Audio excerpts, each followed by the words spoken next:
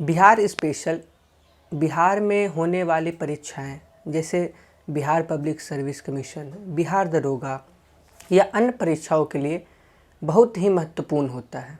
हालांकि बिहार दरोगा में के सिलेबस में इसका उल्लेख नहीं मिलता, लेकिन फिर भी मैंने इधर 2-3 सालों से देखा है कि ज्योग्राफी और हिस्ट्री के 5-6 क्वेश्चन आते ही हैं। जब हम बिहार स्पेशल की बात करते हैं तो यह कुछ अलग नहीं है, यह वही इतिहास और वही ज्योग्राफी है, लेकिन इसे हम और लोकल लेवल पे पढ़ते हैं।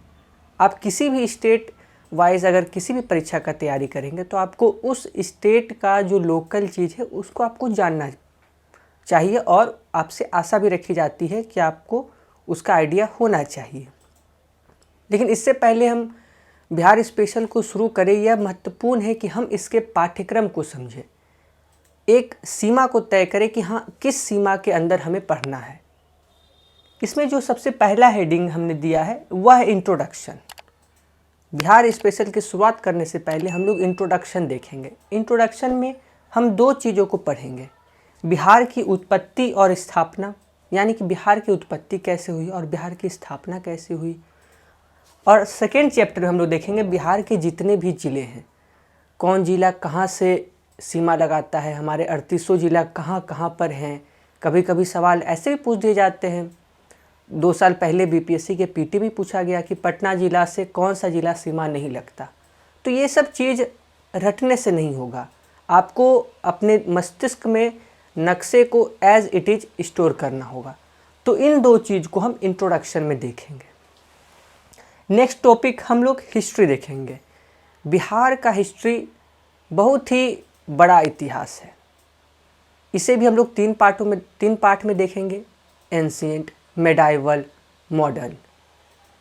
जब से भारत का अस्तित्व है तब से बिहार का अस्तित्व भी है। चाहे आप स्टोन एज की बात करें, स्टोन एज से पहले भी चाहे नालंदा हो या हमारे कैमूर की पहाड़ियाँ हों, वहाँ पे हमें स्टोन एज के पहले भी लोगों के उपस्थिति के निशान मिले हैं। ऋग वैदिक काल की बात करें या उसके बाद वैदिक काल की बात करें तो वहाँ पे हमें बिल्कुल सापेक्ष रूप से लोगों के अस्तित्व का उदाहरण हमें मिलता है। महाजनपद काल की बात करें तो जो सबसे शक्तिशाली जनपद उभर के आया, उन सभी जनपदों में से एक हमारा मौर्य वंश बिहार का ही है। किस तरह से उसने पूरे भारत में पहली बार केंद्रीकृत शासन को, सेंट्रलाइज सिस्टम को लाया और पूरे भारत को एक करने का प्रयास किया। वह भी उसकी भी भूमि, मौर्य वंश की भूमि बिहार ही रही है। गुप्त वंश की बात करते हैं, जिसे भारत के प्राचीन इतिहास में स्वर्णिम काल के रूप में जाना जाता है।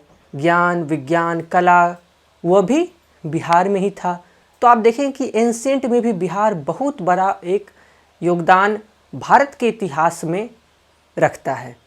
चाहे आप महावीर जैन की बात करें, महावीर स्वामी की बात करें, गौतम बुद्ध की बात करें, हमारे 10वें गुरु गुरु गोविंद सिंह साहब जी की बात करें, सभी का जन्म और ज्ञान की प्राप्ति बिहार की ही पवित्र भूमि पर हुई।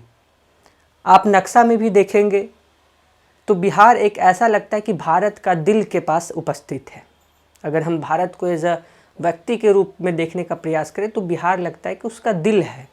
तो आप समझ सकते हैं कि बिहार कितना महत्वपूर्ण रोल निभाता है। जब हम मिडाइवल हिस्ट्री की बात करें तो दिल्ली में मुगलों का शासन रहा, सल्तनत वंश का शासन रहा, बहुत सारे यहाँ पे शासन चलते रहे। लेकिन अकबर के आने तक बिहार में सापेक्ष रूप से कोई भी मुगल या फिर सल्तनत वंश के लोग वहाँ पे कब्जा नहीं कर पाए। बिहार हमेशा से अफ़गानों का एक केंद्र बना रहा, जिसको इस्तेमाल करते हुए अफ़गानों ने हमेशा दिल्ली को चुनौती देती रही। बिहार की भूमि पर ही शेर शाह सूरी जैसे लोगों का भी जन्म हुआ और उन्होंने यहाँ पे राज भी किया। मॉडर्न हिस्ट्री की जब हम बात करते हैं तो मॉडर्न में भी बिहार ने एक अपना अभूतपूर्व छाप भारत के इतिहास पे छोड़ा है। स्वतंत्रता के बाद भी हमारे पहले राष्ट्रपति डॉक्टर राजेंद्र प्रसाद जी की जन्मभूमि भी बिहार रही है। जयप्रकाश नारायण जी की भी जन्मभूमि बिहार रही है। तो इस तरह से हम देखते हैं कि इतिहास के पूरे कालखंड में जब भी हम भारत के इतिहास की बात करते हैं तो बिहार के इतिहास को हम अलग नहीं कर सकते। तो इस कारण बिहार का इतिहास अधिक महत्वपूर्ण हो जाता है। नेक्स्ट में हम लोग देखेंगे बिहार के ज्योग्राफी से रिलेटेड। बिहार की जो मुख्य रोजगार का साधन है वह कृषि है। तो कृषि से जुड़े हुए हमें यह मुद्दे देखने होंगे। जब हम कृषि की बात करते हैं तो नदियाँ अछूत नहीं हो सकती, तो नदियों से जुड़े यहाँ पे हमें देखने होंगे। जो बच्चे बिहार के हैं उनके लिए थोड़ा सा ये अच्छी बात है, लेकिन बिहार वासियों के लिए थोड़ा सा यह नेगेटिव हो जाता है, क्योंकि हमारे पास खनिज संपदा की भारी कमी है। तो हमारे पास जो भी थोड़े मोड़े खनिज संपदा है उनकी जानकारी हमें होनी चाहिए। टूरिज़्म को लेकर सरकार क्या कार्य कर रही है, तो उन सभी का जानकारी हम लोग बिहार के ज्योग्राफी में पढ़ते हैं। बिहार की जलवायु को समझेंगे, बिहार का वातावरण कैसा है, बिहार में कौन कौन सी मुख्य फल सब्जियां ये सब होती हैं, इन सभी चीज़ों का हम लोग बिहार के ज्योग्राफी में पढ़ते हैं। नेक्स्ट जो टॉपिक है वह है इकोनॉमिक्स, योजना और करेंट अफेयर। यह एक डायनेमिक टॉपिक है। आप जिस साल भी बिहार इस बीपीएससी या फिर दरोगा की तैयारी कर रहे हैं, आपको उस साल के हिसाब से इन सभी चीज़ों को आपको मेंटेन करना होगा। इकोनॉमिक्स की ही बात करें तो जब बिहार की बात करें तो आपको बिहार आर्थिक समीक्षा उस साल का आपको होना चाहिए। आर्थिक समीक्षा में बहुत सारे डाटा होते हैं। आप ध्यान रखेंगे कि आप सरकार के द्वारा ही जो आर्थिक समीक्षा आती है उसी को लेंगे, और अगर डाटा में कॉन्फ्लिक्ट हो तो सरकारी डाटा को ही महत्व दी जाती है, तो आप सरकारी डाटा को ही ध्यान में रखेंगे। कितना जंगल है, क्या जीडीपी है, क्या फिस्कल डिफिसिट है। तो इकोनॉमिक्स पीटी के उद्देश्य से इकोनॉमिक्स लेवल पे सिर्फ और सिर्फ फैक्चुअल डाटा ही आपसे पूछे जाते हैं।